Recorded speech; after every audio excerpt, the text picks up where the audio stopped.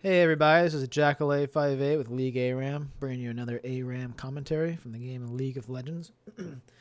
Excuse me, I've been a little under the weather the past couple of days, so if I need to clear my throat, got my trusty cup of water here, but if I need to clear my throat, sorry for that.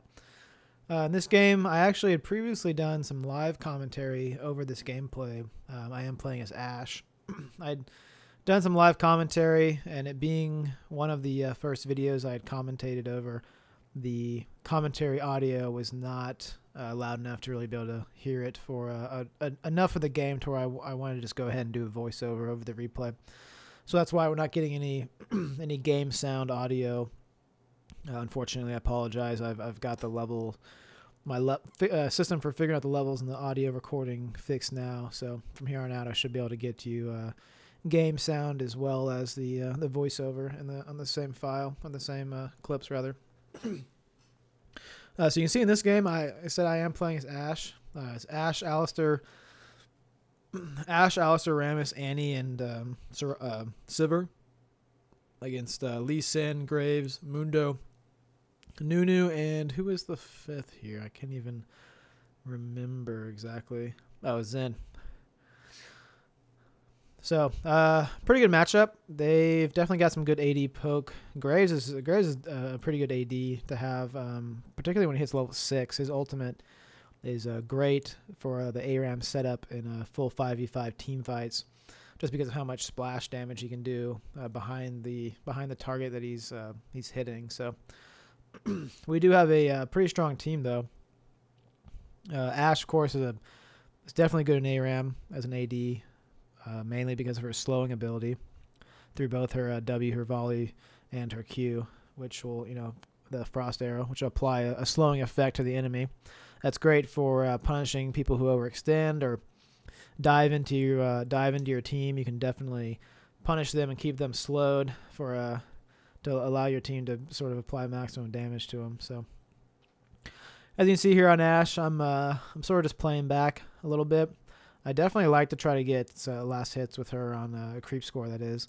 Last hits on the creeps. But like in any ARAM game, it's always kind of difficult to really consistently do that just because of the number of allied champions that are around that are taking those last hits. So I do definitely enjoy playing Ashe. She was, in normal games, she was one of the first champions that I really sort of, I guess you could say, mastered, or that I at least played consistently enough to where I was very comfortable playing her. Haven't played her as much as of late in normal games. If I'm going an AD role, I tend to favor either Vayne or Graves now. Partly, it seems like the meta of the game has really changed to where Ashe is still a good AD, but there definitely seem to be some more favored options. So here we're actually able to get a lot of damage off of Nunu, and Annie manages to get the first blood there.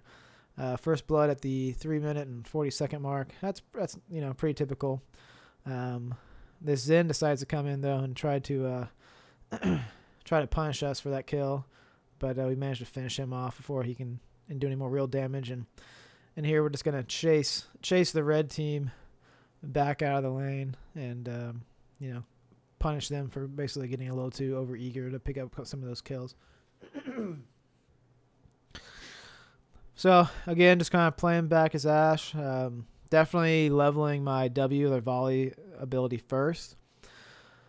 As you level it, the cooldown on it drastically reduces, so that by max level on that W, the cooldown on volley is quite low, which is definitely good to be able to apply the slow and and that arcing damage effect as often as possible.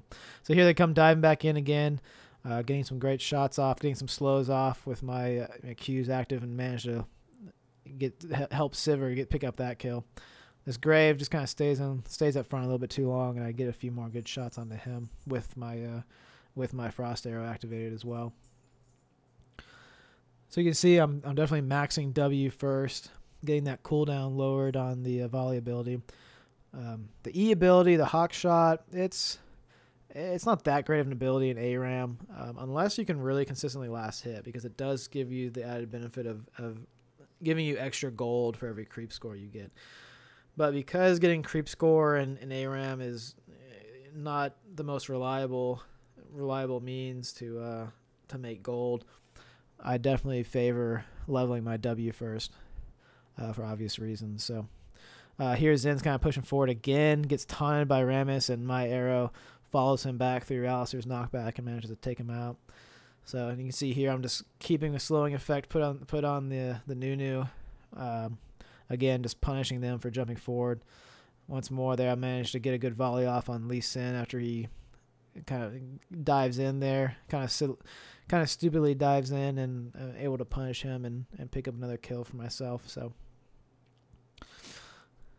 we're kind of in a good position here. Sivir is another very strong AD. Her Q ability, the boomerang toss, it by already a level 2. If you have AD runes and any kind of attack damage bonus, that can do a lot of damage if you can get a hit on both the outgoing and incoming boomerang. So combine that with Rammus's taunt, which is pretty powerful in ARAM. I believe he was leveling that first because at max level it's like a 2.5 second taunt, which in ARAM it might as well be an eternity, because you can easily pull a champion back into your allies very easily with a 2.5 second taunt. So by the end of the game, that Rammus taunt is quite annoying to fight against. Alistair is a really good support healer in ARAM, mainly because his heals do AoE heals. Any allies that are around get healed for half of the amount that he gets healed for. So that's good because since you're all pretty much in a perpetual team fight, having that AoE heal available is very, very nice. It's not, he definitely obviously doesn't have as strong single target heals as say a Soraka, but because of it having the AoE component to it, definitely very useful, as well as his knock-ups and knockbacks. He can really help to set up an engage or even diffuse an enemy advance in ARAM with his knockback and knock-up. So, and then Annie, of course, has the hard stun. With her, she gets the charges, the 3 spell use charges, and can put down a hard stun on the enemy champion. So, having a hard stun on your team is always very useful. So here we're kind of pushing them up against their tower. Again, I'm just kind of jutting forward, getting some volleys off, picking up last hits where I can on minions, trying to keep my eye out for that opportunity. Altogether just trying to get myself fed, because really as an AD you have to get kills or creep score or both in ARAM and in a normal game to really be effective. So I'm able there to pick up a kill on Zen with another arrow, kind of following him back into the pack. The red team is their team comp definitely wasn't just as rounded out as ours. I do have some good tankiness. I mean, Lee Sin can definitely be quite tanky in a normal game and also in ARAM. Mundo can definitely be tanky, especially with his ultimate, being able to regen his health as quickly as he can with his ultimate. So I remember in this game thinking that, okay, we have a good tank with a taunt as Rammus, but they do definitely have some tanky players. Even Nunu can kind of be, if not tanky, can definitely have a good health pool for himself, as well as be able to do a pretty good heal on himself as well, especially if he's since he's probably going a straight AP build. So here we're just kind of poking them back at their tower. Graves is pretty low. I'm sure at this point I'm really interested in picking him off.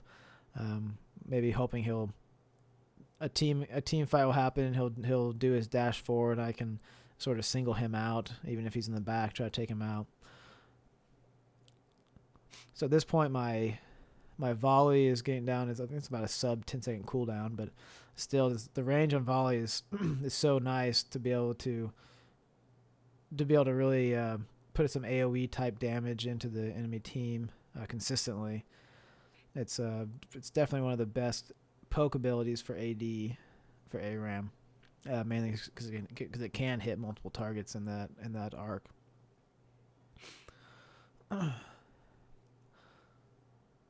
So we've almost got this first tower down already at the just over the 10-minute mark, which is pretty good.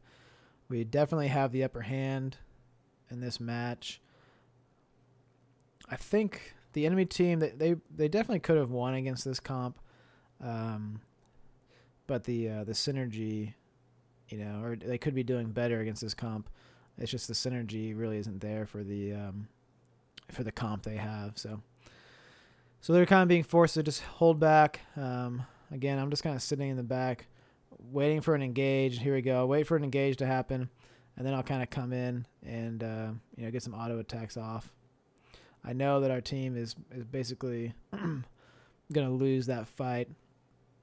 Do try to get some volleys off and some auto attacks to to pick up some kills and just get some damage down the team. So with my Q activated and my volley up, I definitely pretty much kite everybody on their team besides maybe Mundo, who has his slowing ability with his cleaver. So here Zen gets pretty greedy, and I managed to get a volley off that kills Graves and then finish Zen off point blank with just another single arrow. And I use my ultimate to pick off Mundo. So got a triple kill for myself there. I don't really remember what happens now. This Nunu, I guess, just retreats back. So managed to pick a triple kill up for myself, which is good. I'm at 6-0 now. I had no clue what my creep score was because I'm dubbing this audio over the recorded game footage. So, but 6-0 as an Ashe this early in the game on an ARAM is pretty brutal for the other team. She definitely, like any ADs really, ADs really sort of snowball pretty hard. So here we're pushing up to their second tower now. Nunu is kind of hanging around a little too close. Don't manage to finish him off, but again, Lee Sin's kind of dives in and takes the brunt of the damage there and gets taken out. Nunu still just kind of hanging out in the back. Sivir manages to get a ricochet off and pick him off, so that was great. And you see I'm just still kind of hanging out behind my team, sort of just waiting for engages to happen to send my volley in and then, pick out a target basically. Mundo managing to get a cleaver off on me, which is never fun. That slow effect is quite annoying. Although, ironic, I'm talking about annoying slowing effects when I'm playing Ashe. But excuse me while I take a drink of this delicious water.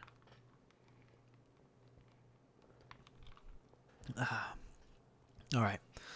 So Rammus rolling up. Looks like he's trying to make something happen here, but that Graves smoke screen kind of diffused our advance. I always hate walking into those and then obviously not knowing what the hell's going on and feel like I'm about to get jumped on by the entire team. So when a Graves canister typically goes down on top of me, or if I walk through it, that's just sort of an immediate sign to just back up. So it looks like they pretty much popped out everything. I was trying to pull an arrow back to hit the rest of the team, but Zen comes in. He doesn't manage to finish me off this time, and the rest of his team, meanwhile, is getting destroyed. So he's not going to have much else to do here. So my team manages to clean him up very easily as he comes back up lane. I am, of course, very low health. Graves could probably just dash forward and auto attack me and kill me. That or buckshot, maybe try to buckshot me and Sivir and get both of us in a double kill. But instead, he's opting to kind of play back a little bit. I send out a volley and manage to take him out. So up to 7-0 now. Still haven't gotten back. I'm at just over 4,500 gold, which is a lot. I can't really remember what I built first in this game, but having 4,500 gold as an AD, especially whenever you get sent back, it's like night and day. You just start doing a whole lot more damage than you were previously, obviously. And I managed to get low health, managed to get another volley. Zen just diving on me in the back here. I'm at almost 4,900 gold though, so kind of thank you Zen for sending me back, because I'm about to come back and do a whole lot more damage than I was before. Do I build straight into the Infinity Edge? I just can't even remember. Yeah, looks like I just go straight into the Infinity Edge and get some. So I went back and got my boots, Infinity's Edge, and 3 pots. So that was a very worthwhile death there. Because like I said, it's going to bring me back a lot stronger than I was when I was in lane. So And I even tell him, thanks for sending me back to get my boots and Infinity's Edge. So meanwhile, my team is holding them really well at their base. Mundo, I send in my ultimate to take out Mundo, but ends up whiffing. I'm not sure if it hit anybody actually. Might have hit Zen back there. So I come back, take out the Mundo with my newly found power. Take out Lee Sin, take out Nunu, and here I'm gonna basically kite Zen and take him out also for a quadra kill. So, like I said, when you get sent back with that much gold as an AD, when you get back in lane, it's like night and day. The enemies really just they almost just don't expect to know expect how much damage you're gonna do. It's a bit of a shock. So they were all expecting to be able to just pretty much face roll me there, and they got a surprise seeing how much damage I was putting out.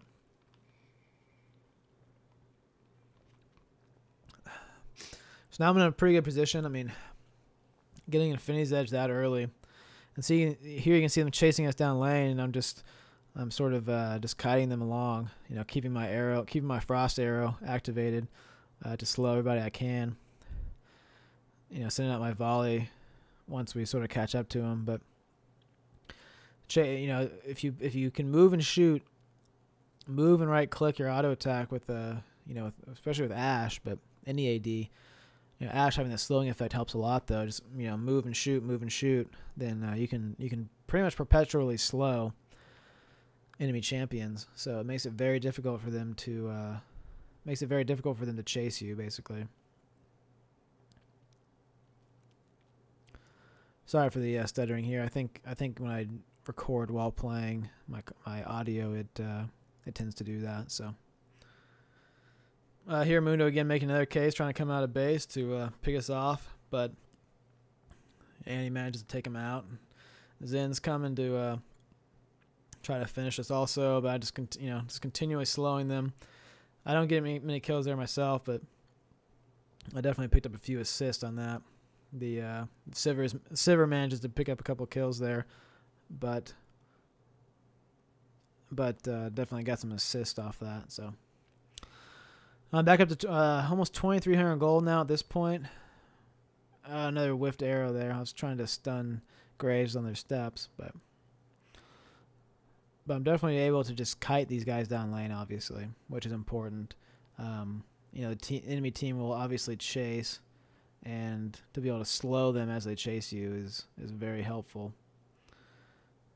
See, so now Mundo's coming down lane, pops his ultimate. Zen, I guess maybe, I'm not sure he had Ghost or what, but basically they're coming in and trying to kill me again. I managed to pick up a kill on Nunu, and then they dive on me, and I started with a point blank volley, managed to take another one of them out, pick myself another double kill, and then we'll just chase this Graves down lane, get a taunt on him, and then one of my last arrows takes him out for an unofficial triple. And what's great about having a strong AD on the team is that you can just melt objectives, melt the towers and inhibitors. So, you know, level 11, we're able to knock down these towers and inhibitors very easily. Now, I'm up to almost 3,600 gold now. Going back would definitely be good. Again, it would make me so much stronger so quickly that the enemy team probably wouldn't even really know what's going on. Zen dives in on me again, does get a lot of damage off. Zen is putting out a lot of damage. I'm not sure what items he was building, but I do get sent back and manage to get my Phantom Dancer and pick myself up a Vamp Scepter, which is definitely a great item for any AD to have an ARAM. It gives you so much sustain, particularly after. I mean, if you have a Infinity's Edge,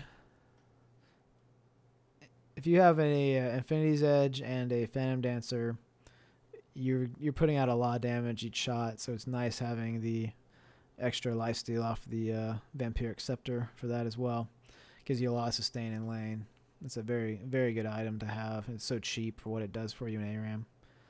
I usually build it sooner than this, but since I had enough to get my Infinity's Edge first time back, I just opted to buy that instead. So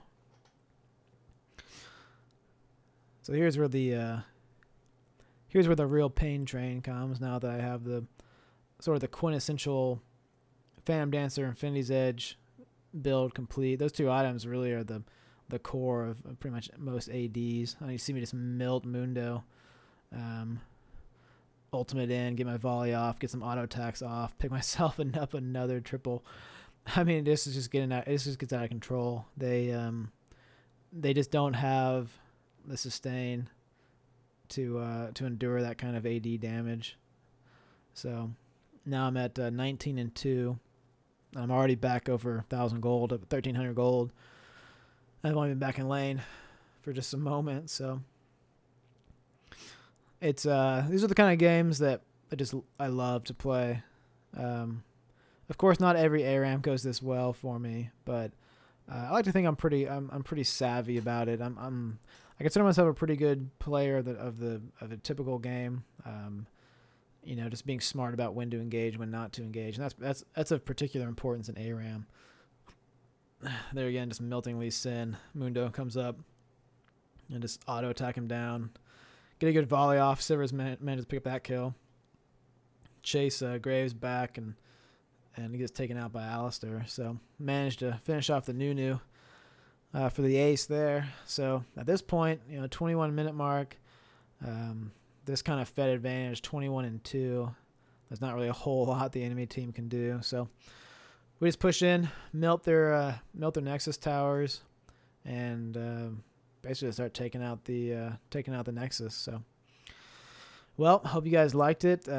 Definitely a good game. Definitely a good game for Ashe, obviously. So I'll have another one for you guys real soon. Thanks.